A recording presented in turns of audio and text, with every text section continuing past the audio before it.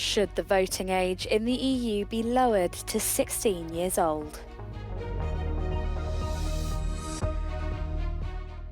A fire during renovations at an Istanbul nightclub has killed 29 people. The spiral of violence in Haiti intensifies as more people become victims of the conflict that is taking hold of the country.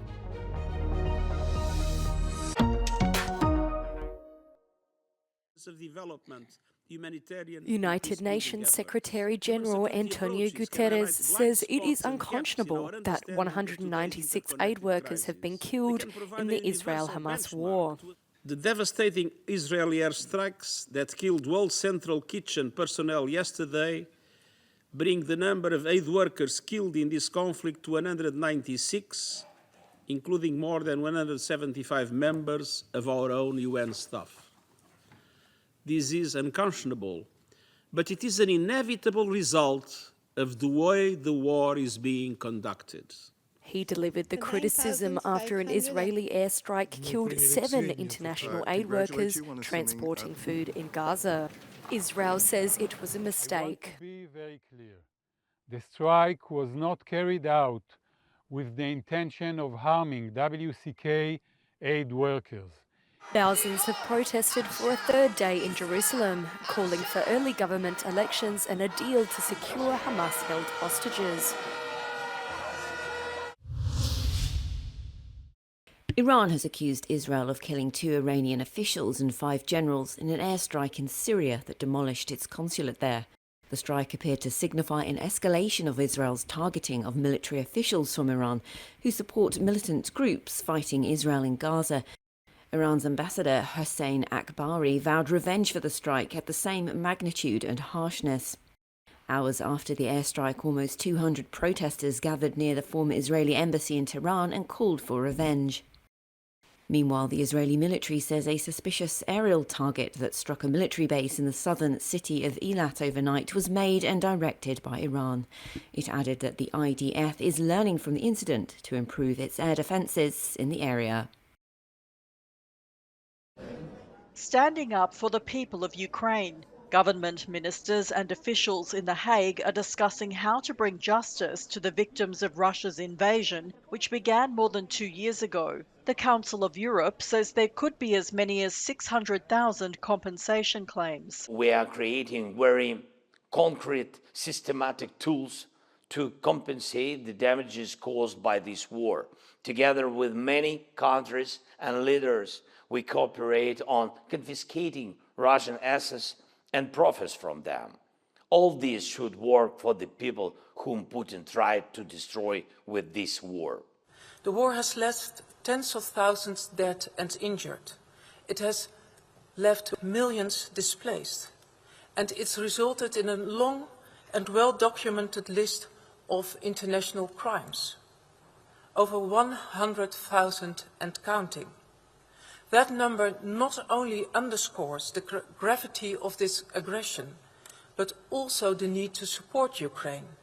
Because if we don't, the country's justice system will eventually collapse under the weight of these atrocities. As a foreign minister, I am perfectly aware that international justice always takes time. But as a Ukrainian, I cannot help but urge you to make every effort possible to serve that justice, in small or big steps, but delivering tangible results every week, every month. A register of damage was formally opened at the conference. 2 years after the city's liberation from Russian occupation, residents of Bucha in Ukraine are struggling to get their lives back on track. Local authorities say 509 civilians, including 12 children, were killed there in the early days of the invasion of Ukraine. Broken lives and wounds are difficult to heal for survivors. Alexander lost his son, a Ukrainian volunteer soldier killed by Russian troops. Svetoslav was 35 years old. Не повинні батьки хоронити дітей. Несправедливо. Natalia lost her husband, also a volunteer soldier. She's fighting for the government to grant him official status as military for financial compensation. Світ не повинен забувати про те, що в Україні йде війна. Світ не повинен забувати про те, що війна забрала дуже багато людей, воєнних людей, мирних жителів, які віддали своє життя просто так, не їх розстрілювали, тому що вони йшли на вулиці, тому що вони їхали в машинах.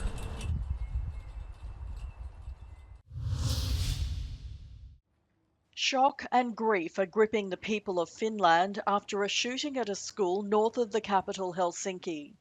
One child was shot dead and two others were seriously injured when a student allegedly opened fire at the Vietola school complex in Vantaa.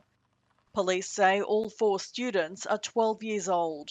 Finland's Prime Minister described the incident as upsetting. On aivan selvää, että aivan liian moni nuori, jopa joka kolmas, on kokenut jossain vaiheessa mielenterveyden kanssa ongelmia. Meidän täytyy pystyä varhaisemmin puuttumaan näihin asioihin. Mutta me tehdään koko ajan töitä, mutta mitä se tulee tähän tapaukseen, niin se käydään perinpohjaisesti läpi ja johtopäätöksiä sitten sen osalta tehdään tarvittavia myöhemmin. Police have arrested the suspected shooter. They say the gun used was registered and licensed to a relative. Finland has tightened gun laws in recent years.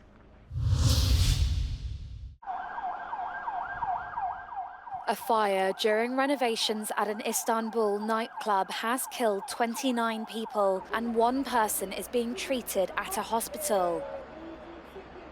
Many of the victims were believed to be involved in the renovation work. 8 people, including managers of the club and one person in charge of renovations, were detained for questioning.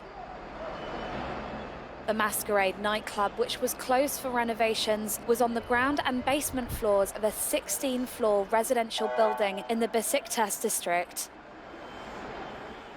Authorities say the cause of the fire is under investigation.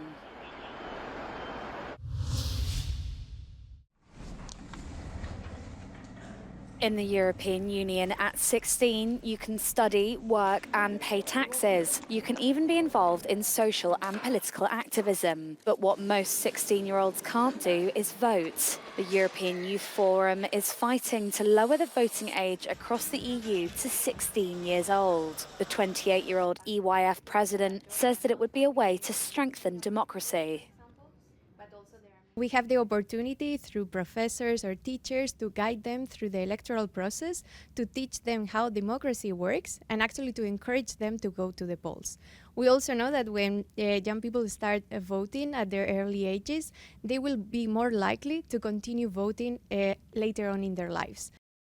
The voting age is 16 years old in Austria, Germany, Malta and Belgium, and 17 in Greece. These under-18s have the right to vote in June's European elections. In 2019, only 6 people under 30 were elected to the current EU Assembly. One of them was Spanish socialist Alicia Homs-Janel, 25 years old at that time. She says the voting age should be lowered and sees young people as guardians of the EU project.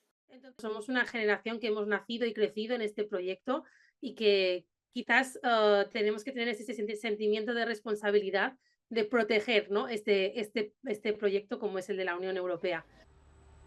Alicia Homs-Janel says the Erasmus education programme, the end of roaming fees and the Interrail train pass are just some of the policies important to the daily lives of young people. Now, as Vice Chair of the Committee for Jobs and Social Affairs, she says better traineeships are a key priority. Young people are clear with political parties as to what they want. They need to talk about quality employment, housing, mental health, how to fight the climate crisis, but also how to give more space in democracy to young people.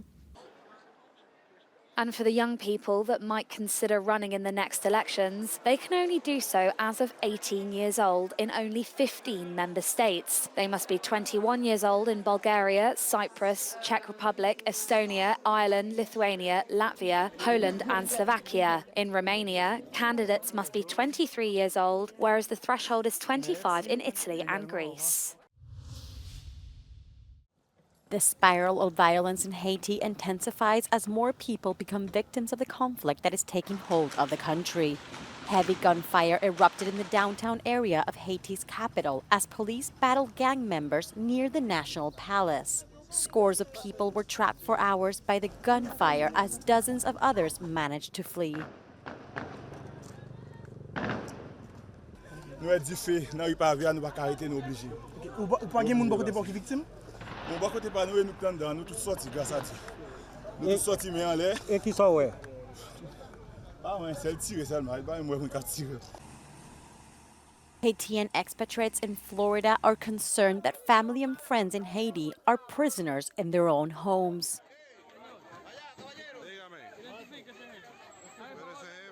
I've never seen so much devastation.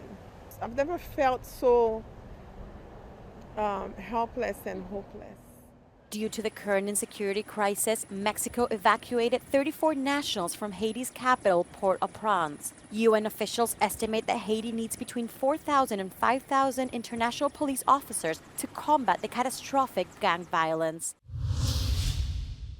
Midnight in Berlin and several hundred cannabis consumers celebrate the start of a new era. The use of cannabis in Germany has now become legal under certain conditions. Private consumers aged over 18 can now own 3 plants in their home. They're also allowed to carry up to 25 grams of cannabis in public and keep another 50 grams at home. However, smoking a joint is not allowed around children. The country's health minister says previous attempts to suppress the black market through the law have failed. The law will be reviewed in 2 years to see how it's worked.